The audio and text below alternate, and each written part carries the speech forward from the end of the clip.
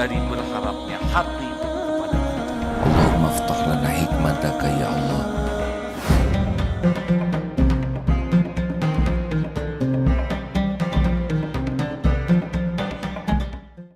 Allahumma aftah lana hikmataka ya Rabb, wansur alaina rahmataka ya dal jalali wal ikram.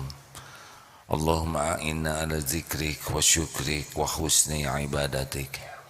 Karuniakan kepada kami ilmu yang manfaat ya Allah, ilmu yang membuat kami yakin padamu, ilmu yang membuat kami patuh padamu. Lindungi kami dari niat yang salah, dari ilmu yang salah, dari amal yang tidak engkau terima. Wahai yang maha menatap, berkahi majelis ini. Taqabbal minna ya arhamar rahimin. Amin ya rabbal alamin. Sallallahu alaihi wasallam. Rabbi shrah li sadri wa yassir. Amin ya rabbal alamin. Hadirin,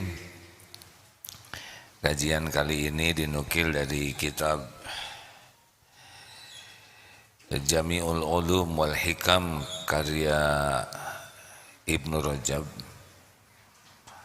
membahas tentang 4 hadis yang menjadi sumber utama hadis-hadis tentang adab dan akhlak. Jadi di dalam kitab Imam Nawawi juga, di dalam kitab Arba'in, 4 hadis ini sangat dipentingkan. Kita coba bahas 4 hadis ini, yang 3 dari riwayat Imam Bukhari Muslim dan yang 1 dari Imam Tirmizi. Hadis ini menjadi dasar akhlak ini dari 4 ini. Mudah-mudahan Allah memberi taufik kita bisa memahaminya. Yang pertama adalah hadis tentang iman yang sempurna. Jadi kalau kita merasa beriman, inilah kita harus tahu sejauh mana bukti dari iman kita. Tidaklah sempurna iman seseorang hatta yuhibba li akhi, sebelum kita mencintai saudara kita ma yuhibbu li nafsi. Tidaklah sempurna iman kita sebelum kita menyukai apa yang ada pada saudara kita sebagaimana kita mencintai apa yang ada pada diri kita.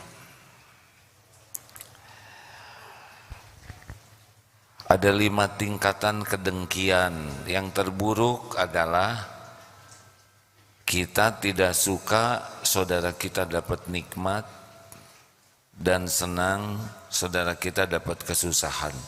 Ini muslim terburuk. Yang senang lihat saudaranya dapat kesusahan dan dia tidak rela orang lain dapat kebaikan. Apakah nilai bagus atau hafalannya lebih banyak atau rezekinya lebih banyak, kedudukannya lebih tinggi, pokoknya lihat saudaranya dapat nikmat, dia tidak rela, dan ketika nikmat itu tidak ada atau dia terkena musibah, suka. Nah ini pendengki. Nauzubillah min zalik. Ini manusia terburuk, seorang muslim terburuk, yaitu yang hasud. Tingkatan kedua agak lebih baik dibanding yang pertama, yaitu tidak suka lihat saudaranya kena musibah. Kita tidak suka, ada yang jatuh, ada yang celaka, ada yang gagal, tapi juga tidak suka kalau dia dapat nikmat. Tidak suka kalau teman jadi bintang kelas, jadi juara ini, juara itu, dapat jodoh. Ada yang tidak rela, tapi juga tidak mau dia celaka. Kalau yang tadi, yang terburuk, gembira dengan orang lain dapat musibah. Kalau ini tidak, dia tidak gembira, tapi jangan dapat nikmat. Ada yang begitu, ada. Jangan sih celaka, cuman kalau untung jangan juga. Bangkrut jangan, tapi untung ya jangan. Yang ketiga, lebih baik sedikit ini. Tidak rela orang lain dapat musibah. Tapi kalau, dan senang orang dapat untung, tapi tidak boleh melebihi kita. Ya udah kamu ranking 2 saja. Tidak boleh ranking 1. Nah, kalau bikin pesantren ya kecil saja, jangan lebih gede. Kalau dapat jodoh jangan yang terlalu cakep lah ya. Tidak boleh melampaui jodohnya. Ada orang yang senang orang dapat nikmat tapi tidak boleh melewati dirinya. Yang keempat, nah ini sudah memasuki daerah yang baik, yaitu senang orang lain dapat nikmat dan tidak rela orang lain dapat musibah. Sama dengan yang kita. May yuhibbu li nafsi. Kita dapat rezeki, senang dia dapat rezeki yang sama.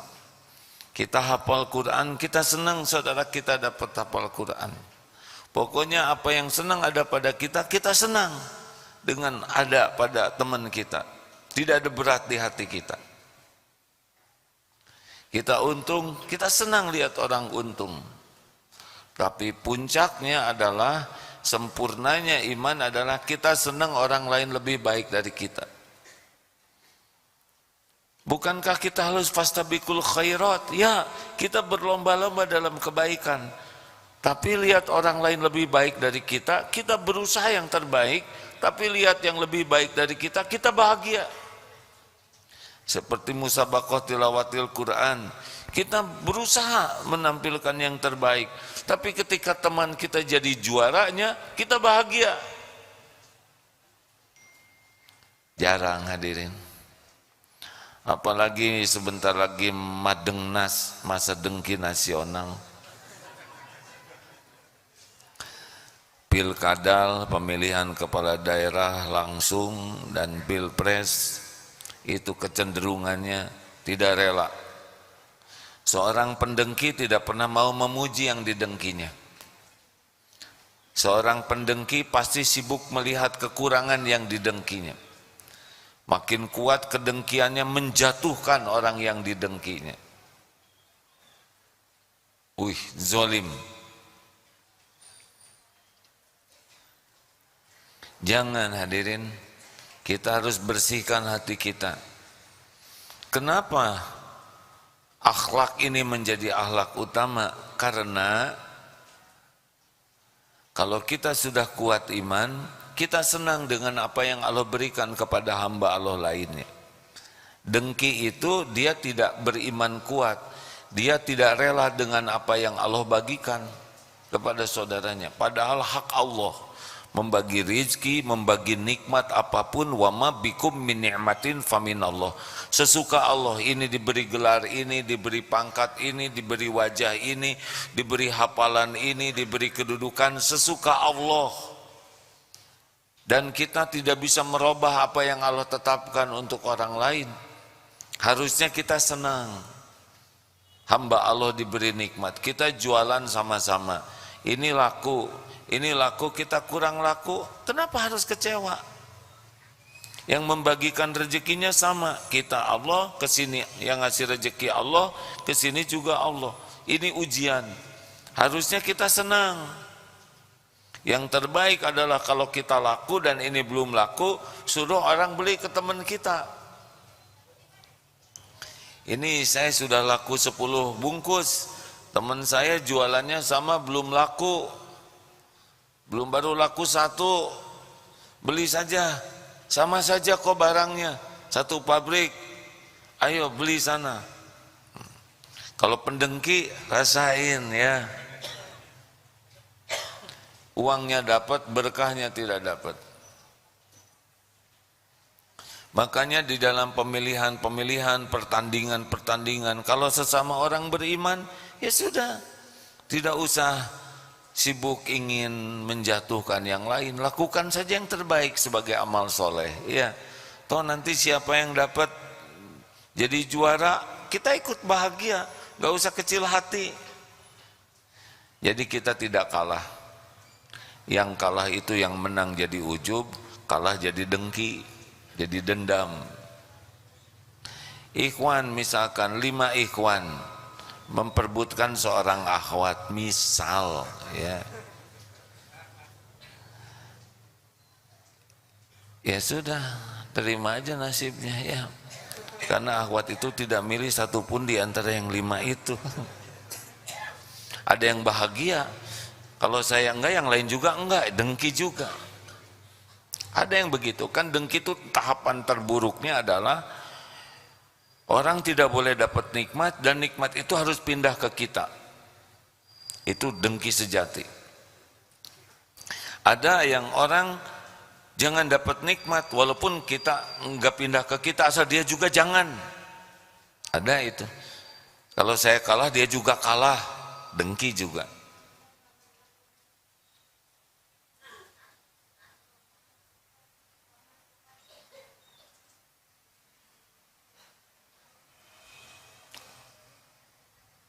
Ada yang ngobrol juga.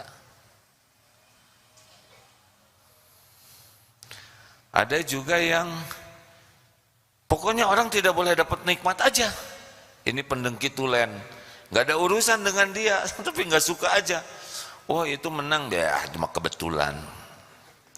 Itu hafalannya tinggi ya, sebetulnya standarnya juga nggak bagus sih buat itu. Oh itu ranking 1, kamu nggak tahu sih nyonteknya. Ada yang tidak boleh aja. Oh katanya Argentina menang, kebetulan aja. Itu malah lagi apa saja si Perancisnya. Oh dia alhamdulillah sekarang naik umroh, belum tentu diterima gitu. Ada yang tidak rela saja. Ada pendengki tulen itu tidak boleh ada orang yang dapat nikmat. Lihat mobil bagus, hasil korupsi, nyicil. Padahal nggak ada urusan sama sekali dengan dia. Lihat penceramah, ngomong aja, belum tentu mengamalkan. Padahal dia malah nggak dengar sama sekali. Pernah dengar yang begitu? Yang komentarnya tuh selalu negatif ke orang lain. Itu pendengki tulen itu. Tidak akan pernah bahagia. Karena pendengki itu hatinya selalu galau, gelisah, dan tambah sengsara ketika orang lain diberi nikmat oleh Allah. Dia makin apes. Orang lain naik haji, dia naik tensi.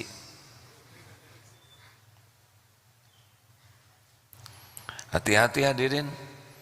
Tidak akan berakhlak baik sebelum la yu'minu ahadukum, tidaklah sempurna iman seseorang hatta yuhibba, sebelum mencintai li akhi, kepada sahabatnya, ma yuhibbu li nafsi, seperti yang kita inginkan pada diri kita. Kita tidak ingin diganggu, kita juga ingin orang lain tidak ada yang ganggu. Kita ingin disayangi, kita ingin orang lain juga disayangi. Kita ingin sehat, kita ingin saudara kita juga sehat. Apa yang ingin ada pada kita, yang kita cintai, kita ingin ada pada orang lain. Masya Allah.